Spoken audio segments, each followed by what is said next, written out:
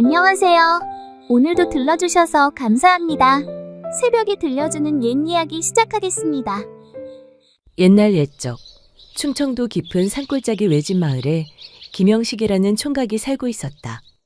그 영식이라는 총각은 겉보기엔 키도 훤칠하고 얼굴도 반반했으나 어찌된 일인지 머리가 영 따라주질 않았다.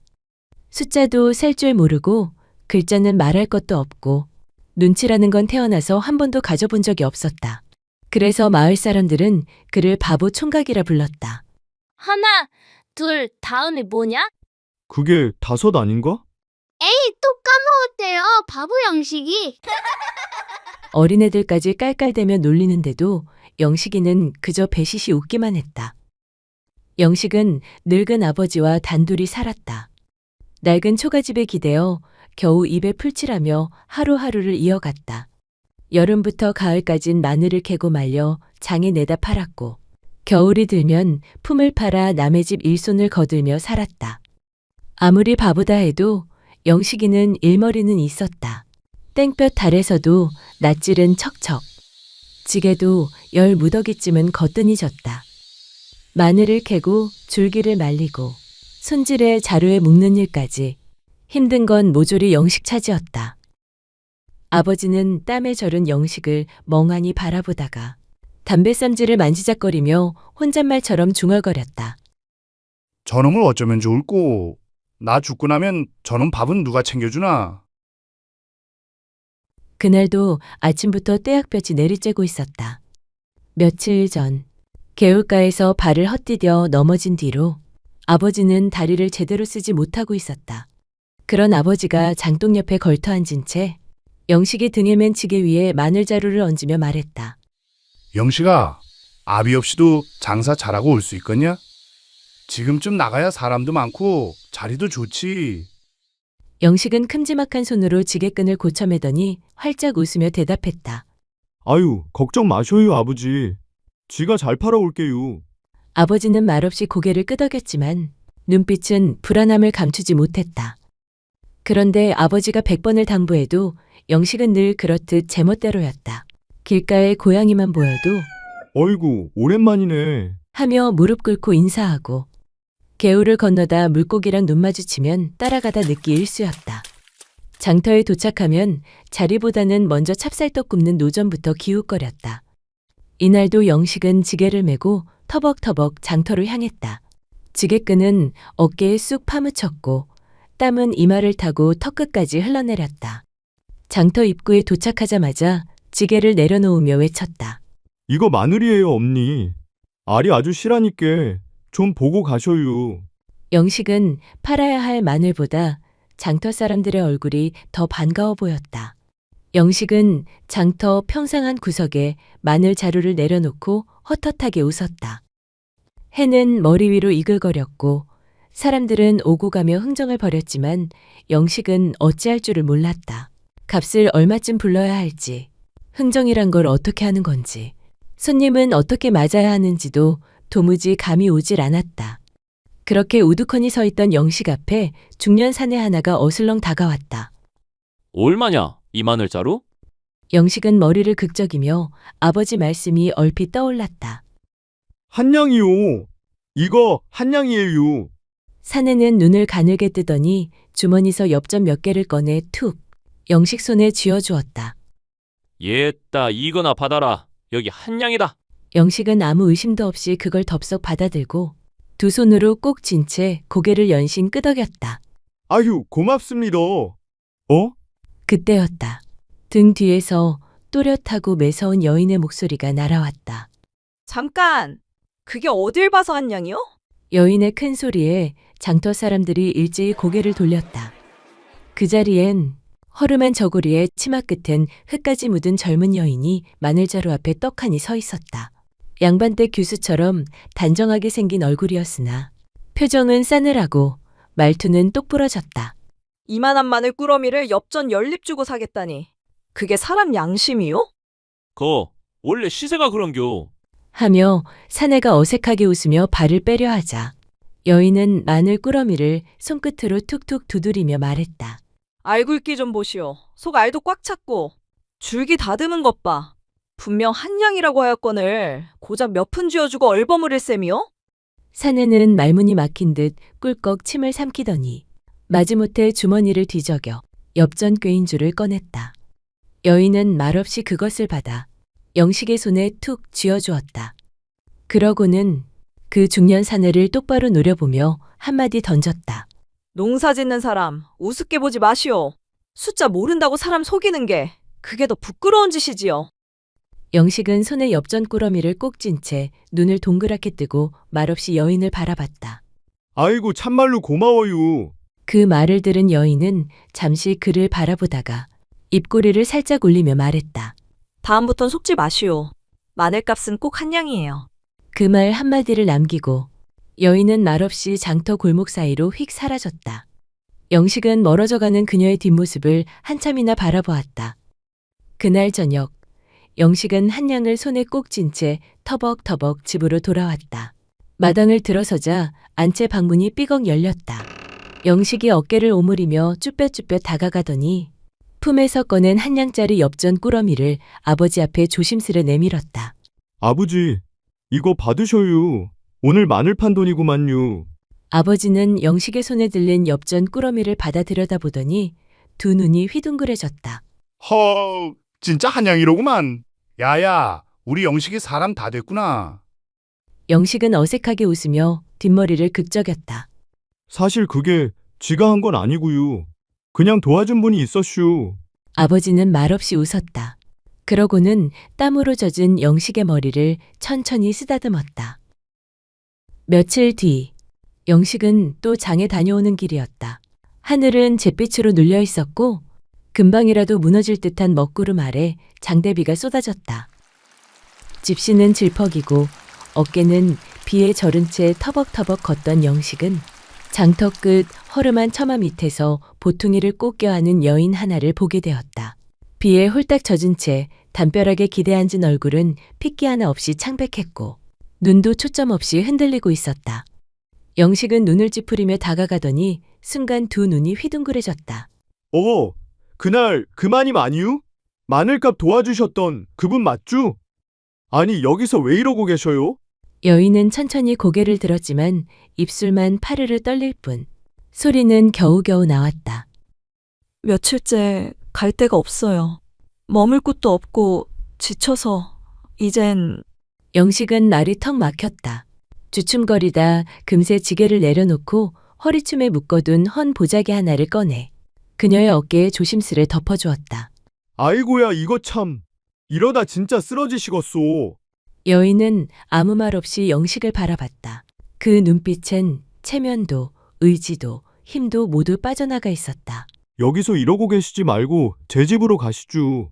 아버지랑 둘이 사는 촌집인디 가서 몸도 지지고 국도 한술 드시고요. 여기 계속 이러고 계시면요. 제가 마음이 허벌나게 불안해서 밥도 안 넘어갈 것 같단 말입니다. 그 말에 여인은 말없이 고개를 끄덕였다. 그것만으로 충분했다. 영식은 그녀의 보퉁이를 허겁지겁 챙기고 비에 젖은 두 사람은 그렇게 처마 밑을 벗어나 조용히 골짜기 집 쪽으로 걸어갔다. 한 사람은 땀으로, 한 사람은 빗물로 흠뻑 젖은 채였다. 영식은 젖은 여인을 데리고 조심스레 마당으로 들어섰다. 마당에서 소리가 나자 안채 방문이 덜컥 열렸다. 아니 영식아, 비가 이리 오는데 왜 이제 말을 꺼내던 아버지는 영식 뒤에 선 여인을 보고는 눈을 가늘게 뜨며 물었다. 저 여인은 뉘시냐? 영식은 어깨를 움츠린 채 머뭇머뭇 말을 잇기 시작했다. 그날 마늘값 도와주셨던 그 마님이셔유. 근디 장터에서 비 맞고 계신 데다 보아하니 몸도 온전 차르신 듯 싶어. 또 갈 데가 없다 하시기에 제가 그냥 모시고 옮겨유. 아버지의 시선이 젖은 보퉁이를 안은 여인에게 옮겨졌다. 해월은 흠칫 놀란 듯 몸을 낮추며 조용히 인사했다. 신뢰가 많은 줄은 아오나 며칠째 몸도 마음도 의지할 곳이 없어. 일이 염치불구하고 신세를 지려 하옵니다. 아버지는 말없이 여인을 바라보다가 잠시 후 천천히 시선을 영식에게로 옮겼다. 그 눈길에 영식은 괜히 발끝만 내려다보다 두 손가락을 베베꼬며 눈치를 살폈다. 한참을 그러던 아버지가 마침내 입을 뗐다. 아이고, 입술이 다 펄구만. 뭐라 말할 거니깐디. 일단 방으로 어여 드시게. 영식은 헛기침 한 번 하고 서둘러 그녀를 안방으로 안내했다. 금세 몸을 누인 해월은 말없이 눈을 감고 이내 깊고 고른 숨소리와 함께 잠이 들었다. 영식이 살그머니 방문을 닫고 나오자 마루에 앉아있던 아버지가 마당을 바라보다 조용히 말했다. 뭔 사연이 있는 여인인갑다. 눈빛이 참 슬프디 않냐? 영식은 말없이 고개를 끄덕였고 두 사람은 바람 스치는 마당 끝을 바라보며 한참을 말없이 앉아 있었다. 얼마 뒤 문이 삐그덕 열리고 해월이 머리를 조심스레 내밀었다. 마님, 이제 좀 괜찮으셔요? 영식이 걱정 가득한 얼굴로 묻자 해월은 바짝 마른 입술을 적시며 조심스레 속삭였다. 저기 실례인 줄 아오나 배가 고파. 혹시 뭐라도 조금 얻어먹을 수 있을런지요. 그 말에 아버지와 영식은 서로 얼굴을 마주보고 말도 없이 벌떡 일어나 부엌으로 향했다. 반찬이라 할 것 없던 집안이지만 두 사람은 냉기 도는 솥단지 앞에 앉아 쌀을 씻고 장을 풀고 말없이 국을 끓였다. 얼마 뒤 단출하지만 따끈한 밥상이 차려졌다. 해월은 말없이 수저를 들더니 정신없이 밥을 먹기 시작했다. 한 공기, 두 공기, 그리고 세 공기째. 숨도 쉬지 않고 밥을 털어넣던 그녀는 겨우 수저를 내려놓고 고개를 살짝 숙이며 말했다. 죄송하옵니다. 사실은 며칠을 굶었습니다. 아버지는 밥상머리에 앉은 채 잠시 조용히 눈을 감았다가 낮은 목소리로 물었다. 무슨 사연이 있는 게요? 그 말에 여인은 천천히 고개를 들고 조용히 입을 열었다. 저는 이웃마을 윤대감댁 며느리 해월이라 하옵니다. 시집간 지 올해로 10년이 넘었으나 아이 하나 맺지 못하였습니다. 그 탓에 시어머니 구박은 해를 거듭할수록 더해졌고 남편은 끝내 첩을 들였사옵니다. 첩이 아이를 가지자 저는 말도 없이 그 자리에서 내쳐졌습니다. 그녀는 옷소매로 눈가를 슬며시 훔치며 말을 이었다. 차마 친정에도 이 꼴로는 갈 수 없었습니다. 수치라 여긴 겁니다. 그렇게 며칠을 떠돌다 이분을 다시 마주한 것이지요. 이제서야 해월의 사연을 모두 들은 아버지는 잠시 말이 없었다. 팔짱을 낀 채 그녀의 얼굴을 가만히 바라보다 천천히 고개를 끄덕였다. 마음고생이 참 많았겠구먼. 뭐 이 집까지 오게 된 것도 결국은 다 인연이라 해야지. 잠시 뒤 아버지가 조용히 말을 이었다. 방 하나 비어있어. 주의 피할 자리는 되니 때 되면 나가셔도 좋고 그전까진 부담 갖지 말고 편히 계시게. 그 말에 영식이 헛기침을 한번 하더니 더듬더듬 말을 꺼냈다. 그래요, 마님. 저희 집이 허름하긴 해도 따숩긴 하니께 맘 놓고 계셔도 괜찮아요. 해월은 조용히 고개를 숙였다. 그 모습은 말로는 다 전할 수 없는 작은 안도의 숨 같았다. 감사합니다. 두 분 은혜 잊지 않겠습니다. 그 옆에서 영식은 괜히 머리를 극적이며 슬쩍 미소를 지었다. 그날부터 해월은 영식네 집안일을 거들기 시작했다. 새벽이면 마당에 물을 길어다 놓고 해 뜨기 전엔 장독대 앞에 나와 조용히 무쇠솥을 달궜다. 밥도 야무지게 지었고 빨래며 청소며 손이 아물어 집안 구석구석이 단정해졌다. 남자 둘이 덩그러니 살던 초가에 그날 이후 온기가 돌기 시작했다. 무엇보다 장날이 되면 해월은 영식과 함께 장에 나갔다. 마늘 자루를 지게에 얹고 영식이 앞장서면 해월이 뒤에서 빠뜨린 게 없나 챙겼다. 장에 도착하면 영식은 여느 때처럼 말없이 자루를 내려놓고 멋쩍게 웃기 바빴지만 해월은 정확히 값을 부르고 장꾼들과도 척척 말을 주고받았다. 예전에 마늘값도 못 불렀는디 이제 옆에서 누가 말도 해주고 참 든든하구만요. 영식이 수줍게 웃으며 말하자 해월은 눈을 한번 맞추더니 작게 웃으며 말했다. 같이 다니면 덜 외롭잖아요. 며칠이 지나자 해월은 영식에게 숫자와 글자를 가르치기 시작했다.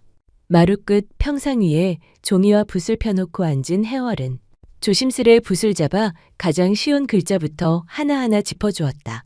처음엔 획이 삐뚤고 종이 귀퉁이에 구멍이 나기 일쑤였지만 며칠 지나자 종이 위에는 또박또박 자기 이름 석자가 얹혔다. 김영식. 해월이 조용히 이름을 읽어주자 영식은 귀까지 붉어져서는 종이를 품에 꼭 껴안았다. 이거 절대 안 버릴랍니다요. 장터 평상 한켠에서 영식이 척척 돈을 받고 거스름돈까지 세마는 모습을 한참 바라보던 아주머니 하나가 뭐가 그리 신기한지 고개를 절레절레 저으며 한마디 툭 던졌다. 세상에, 영식이가 계산도 하고 글도 쓴대자녀. 그러자 옆에 있던 여인이 눈을 동그랗게 뜨고는 바로 맞장구를 쳤다. 참말이여? 세상에 별일 다 있구먼. 근데 저기 영식이 옆에 앉은 여인 말이여. 윤대감 댁 며느리였대. 그 옆마을 큰댁 말이여. 10년을 지내도 애 하나 못 낳았다고. 그 자리에서 내쫓겼다더만. 오갈 데 없어 떠돌다가 결국 영식이네 집에 얹혀 살게 됐다자녀. 그 마님이 글자고 숫자고 가르쳐줬댄다. 그래서 바보 영식이가 사람이 달라졌구만.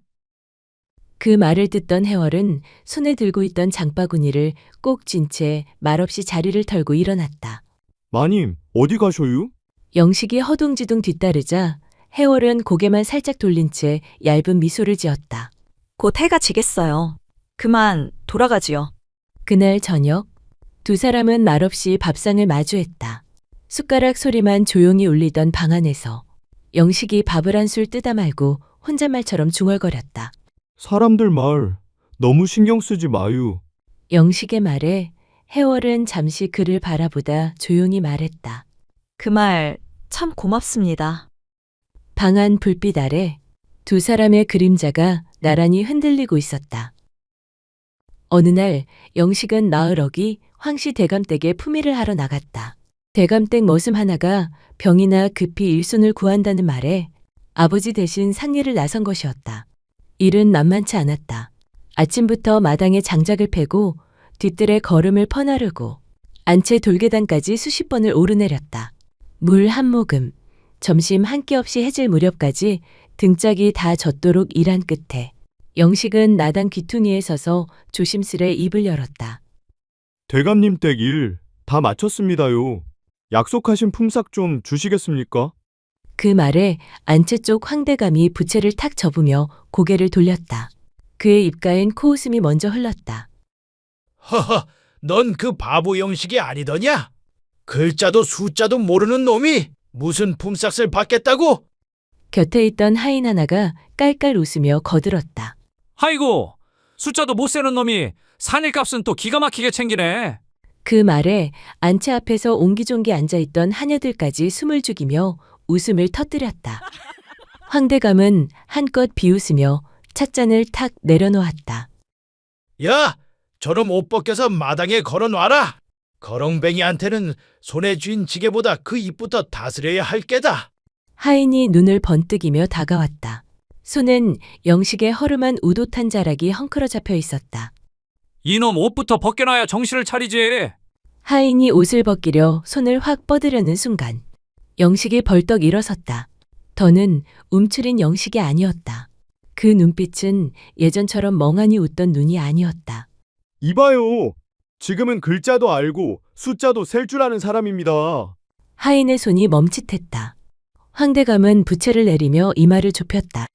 영식은 허리를 곧게 펴고 헐렁한 우옷에 묻은 먼지를 툭툭 털며 또박또박 말했다. 오늘 아침 해 뜨기 전부터 마당 청소, 뒤뜰걸음 4통, 장작 2지게.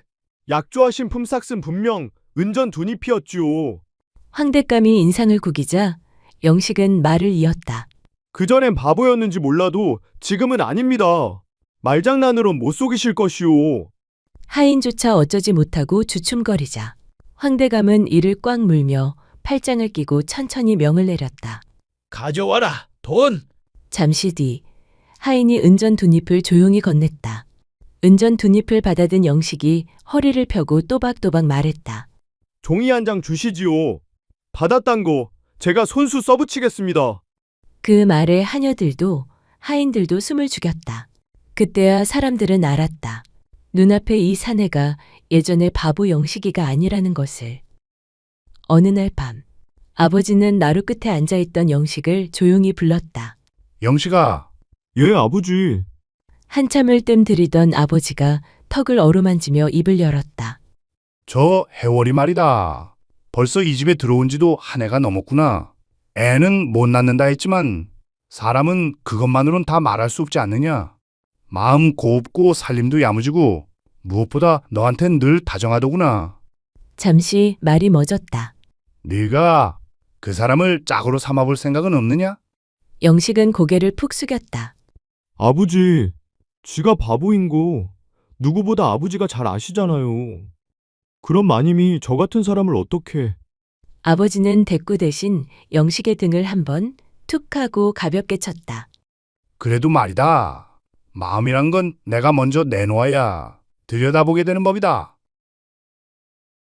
며칠 뒤, 영식은 장롱 깊숙이 묻어두었던 새 옷 한 벌을 꺼내 입었다. 그리고 들판으로 나가 들꽃을 한아름 꺾었다. 그 꽃을 살포시 품 안 깊숙이 감추고는 해월에게 다가가 조심스럽게 말했다. 마님, 저기 잠깐 강가에 좀 다녀오시겠습니까? 해월은 잠시 고개를 갸웃했지만 말없이 그의 곁을 따라 걸었다. 햇살이 부서지는 냇가, 바람이 풀잎을 가르고 잔물결이 반짝이며 흐르고 있었다. 두 사람은 한참을 말없이 걷다 문득 영식이 걸음을 멈췄다. 잠시 품을 뒤적이더니 수줍게 꽃다발을 꺼내 내밀었다. 이거 아무데도 드린 적 없는 꽃이에요. 마님 아니면 줄 데도 없고요. 해월이 놀란 눈으로 그를 바라봤다. 영식은 손끝에 땀이 맺힌 꽃다발을 건네며 입술을 꾹 깨물었다. 쥐가 평생 바보란 소리 들으며 살았는디 마님이 옆에 있어 주시고 하나하나 가르쳐 주시고 같이 웃어 주시고 나니까 제가 사람 구실이란 걸 해보는 것 같아서요. 한숨처럼 멈춘 말끝, 영식은 고개를 푹 숙였다. 욕심일진 몰라도 제가 마님을 누구보다 웃게 해드리고 싶어요. 지금보다 더 오래 곁에서요. 해월은 그 자리에 잠시 멈춰섰다. 지금 저한테 혼인하자는 말씀이세요? 영식은 얼굴이 활활 달아오른 채 더는 말을 잇지 못하고 고개를 푹 숙였다. 너무 큰 욕심이죠. 그때 해월이 조용히 그의 손을 잡았다. 영식이 어때서요? 마음 따뜻하지. 매사 성실하고 숫자도 글자도 지금은 척척 잘 알아듣고요. 저야말로 영식이 같은 분을 곁에 둘 수 있다면 참 복받은 것이지요. 바람이 살짝 스치고 냇물 너머 풀잎이 출렁였다. 조용한 강가에서 두 사람의 손이 나란히 마주 잡혀 있었다. 그렇게 두 사람은 조촐한 혼례를 치렀다. 기와도 없는 초가집 마당에 풀을 깔고 이웃이 집에서 쓰던 질그릇 몇 개를 내오며 소박한 잔치가 벌어졌다. 마을 사람들 모두가 모여 술잔 하나씩 돌리며 말했다. 이야, 바보 영식이 장가 간다더니 참말로 사람은 변하는 법이구먼. 혼례 뒤 영식과 해월은 조금씩 돈을 모아 마을 끝자락 버려진 논터를 샀다. 여긴 사람들 다 쓸모없다 했던 땅이에요. 그래도 우리에겐 시작이 되지 않겠슈? 두 사람은 그 땅에 물기를 트고 흙을 고르고 벼를 심었다. 그해 가을, 마을 앞 너른 들판이 황금빛 물결로 일렁였고 사람들은 울타리 너머로 조용히 말했다. 저 땅이 원래 그런 땅이었나? 아니지. 저 부부가 그렇게 만든 거지. 어느 날 해월이 문지방에 앉아 있다가 갑자기 입을 틀어막고 헛구역질을 했다. 왜 그러슈? 어디 안 좋으신겨? 해월은 조심스레 고개를 끄덕였다. 며칠 뒤 아이를 가졌다는 걸 알게 되었다. 그토록 가질 수 없을 거라 여겼던 아이를 이제와 품게 되었다는 사실에 해월은 밤새 베갯잇을 적셨다. 저 같은 여인에게도 이런 날이 오는군요. 그 후 해월의 배는 유난히 빠르게 불러왔다. 배가 어째 하루가 다르게 커지는디 혹시 둘인 건가요? 그 말이 끝나기도 전에 아랫집 아주머니가 입을 틀어막고 말했다. 오메 세상에! 저건 둘이 아니라 셋이여, 셋! 그리고는 정말로 그의 겨울, 해월은 튼실한 새쌍둥이를 낳았다. 웃음 가득한 방 안에 아이 울음소리가 울려 퍼졌다.